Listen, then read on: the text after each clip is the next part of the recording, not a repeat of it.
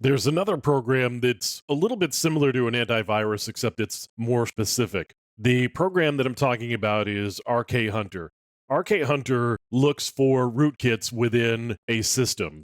RootKitHunter is actually a program or a shell script specifically that looks for evidence on your system that there may be a rootkit. So a rootkit is a piece of software that is intended to hide the existence of either a backdoor or a virus or some other piece of malicious activity.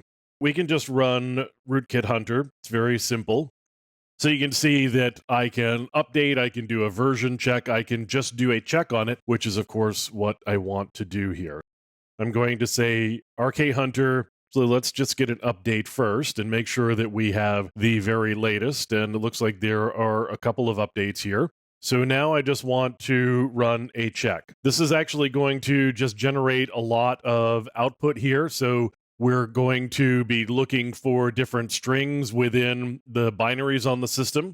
Once it gets through each category, it pauses and waits for you to look at what it found and then click enter once you are done looking. So again, we're going to hit the enter key. Apparently nothing in the way of rootkits was found right here. You can see all of the rootkits that it knows, and every one of them says not found. There was a warning up here where it's looking at unhide, and that's a Ruby script, and it does indicate a warning. So we'll see what it says at the end about the summary of what it found.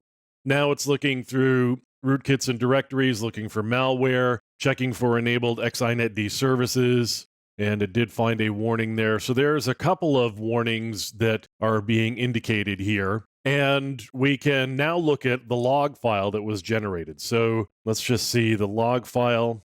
This is a lot of detail about what it's looking for and everything that it found. It's looking for different strings in the various binaries. Let's just see if we can find warning. Of course, it says pattern not found. There was no log entry here indicating that there was a warning, but we can certainly look through here, and actually it says the reason it didn't find the capital warning was because of a case mismatch. So this says the command unhide.rb has been replaced by a script. Okay, that's not a problem. So let's look for another warning now. Same thing there.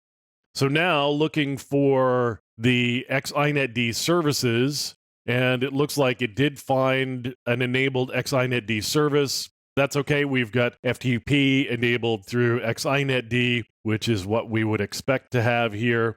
And now we've got some other warnings. You can see as we look through the logs, there's a lot of detail there. And we can make a determination from that detail whether it's something that we want to look a little bit more into in more depth. And you can see this case on this system, we took just 1 minute and 1 second to run this. So this is definitely something that you probably want to run on a regular basis.